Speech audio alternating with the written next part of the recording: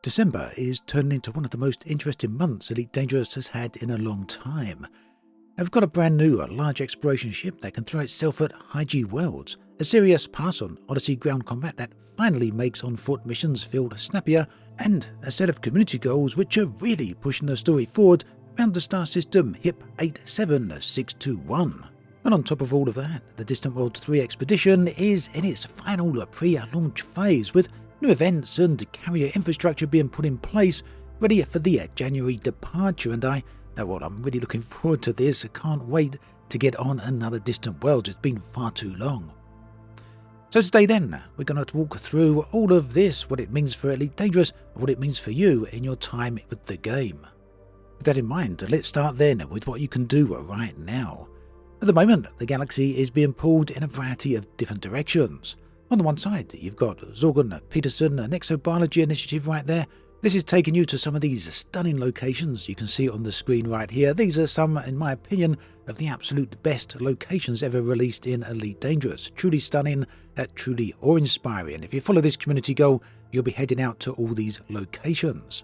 If you prefer something a bit more tense, however, a bit more intense, shall we say, a bit more combat-focused or a bit more conflict-focused, well, things are heating up between the Empire, the Federation, the Alliance, and the independent systems. And that means you can take a shot at supporting your favourite power, or perhaps being a bit of a mercenary, playing them all off against each other and getting yourself a rather large payout. So if you've been following the story lately, you'll be well aware of what's going on in HIP 87621, and if not, well, everything links back to this strange-looking tree-like organism. So this is how it affects you as a player. If you want to have a bit of a reason to go out and explore these wonderful sites, then dust off your exobiology tools and head towards this star system.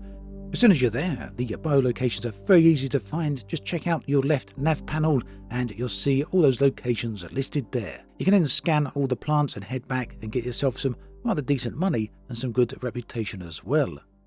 On the other hand, if you want to get involved in a bit of a war, or we could perhaps phrase it as a soft war, then joining one of the faction campaigns lets you push for the political outcome and perhaps shape the story as well whilst you're at it.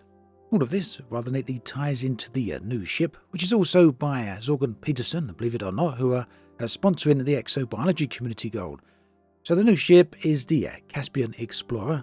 And on paper, this is the answer to a very old wishlist item, a true large-class exploration vessel that isn't just another Anaconda with a simple facelift. The ship itself then is available right now under ARC's Early Access. Now, you can see the Caspian in the footage on screen right here. And I think for anyone who's a fan of Star Trek, the inspiration for this ship is pretty obvious. The reasons you're probably going to want to try out this ship is that it takes out the harshness of the worst effects of high G worlds. It has some nice abilities allowing you to glide in very steeply on your re-entry to planets, and the FSD setup is very nice as people are reporting jump ranges of around about 100 light years, and that's before you get to this ship's excellent compatibility with neutron and white dwarf boosts. So as you can see, I've been flying this ship around myself for quite a bit now, and one of the first things I noticed was how composed the ship is when you're flying around these planets. On the one hand, it's surprisingly maneuverable given its size. On the other hand, it comes in very hot, very fast, and very steep. You'll glide in from orbit right down to very close to the surface in a much more rapid time, a lot faster than you can do in literally any other ship in the game. On top of that, if you clip the ground a little bit too hard, it doesn't instantly smash your ship apart. It does seem to be a little bit more robust. In other words, this is pretty much the perfect exploration ship when it comes to jump range and when it comes to flying around the surface of planets. The Caspian itself is also a very flexible ship because you've got a lot of room for SRV bays, optional internals, limpets, repair controllers, basically everything that you need out there when you're in the depths of space on your own. From what I can see online, the community reaction has been mostly positive, but a little bit mixed as well. So on the positive side, a lot of explorers have been waiting for years for something like this, and many are genuinely happy to finally have a big exploration ship.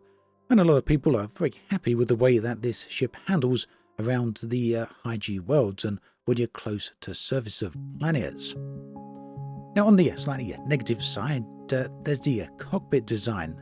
So whilst this has been touted by Frontier as being panoramic, and yeah, I can see where they're coming from. You do have a pretty close to a 180-degree view from left to right. You also have a nice up and down view.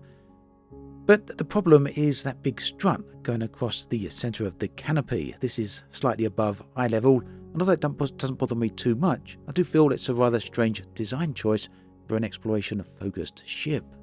So whether or not the ship is worth it will largely depend on what you want. But if you're planning on Distant Worlds 3 or just like the idea of a big, characterful ship, then this one could well be worth taking along. And we'll be getting more to Distant Worlds 3 in just a moment.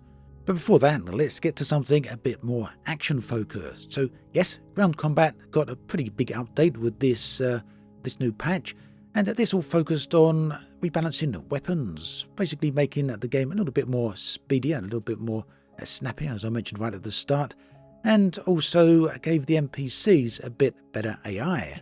But here's the quick rundown. Weapons now hit harder and more cleanly, so that means energy weapons can now go through shields a little bit more convincingly. Kinetic weapons do better work against health, and you don't always necessarily need to carry a laser weapon if you want to at all times. You may find that kinetic weapons still do quite a bit of good damage against shields. A little bit more balance here, not trying to penalise people who are carrying particular loadouts. Weapons also draw faster and stow much faster, meaning that this speeds up gunfights, makes them a little bit more responsive, and enemy AI now has a bit more improved. They're less brain dead, and in other words, they're better at moving into cover. They stay hidden, and they also attempt to flush you out. My very initial impression is that yes, this is a big update, it's a nice improvement, but it's still a far cry from true FPS games. So if you're trying this out purely for FPS, it's probably not really worth the effort, but if you're very curious to see how it goes now, how this all performs, then certainly jump in and check it out, because yes, it does finally click. It's a big improvement over what we had before. Next up, we come to Distant Worlds 3, and this is something I'm really excited for.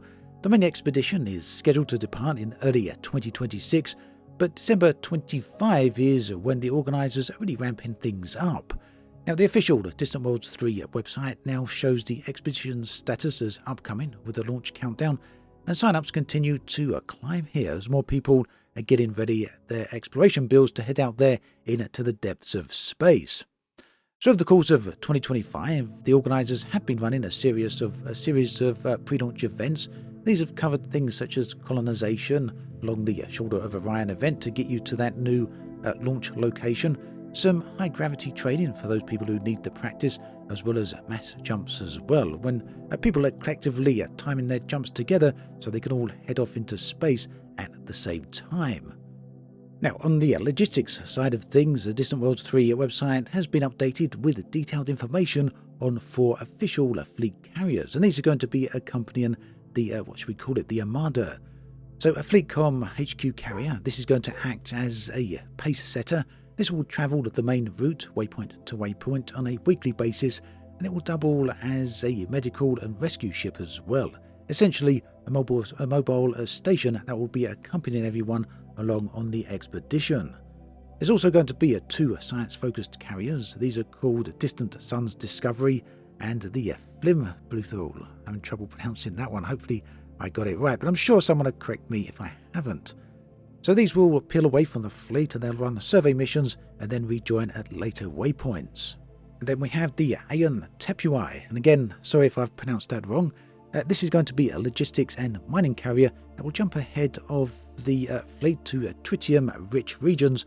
This will then allow everyone to mine fuel and then rendezvous with the fleet to keep everyone moving. Now, what does this mean for you as a player if you want to go along on the Distant Worlds?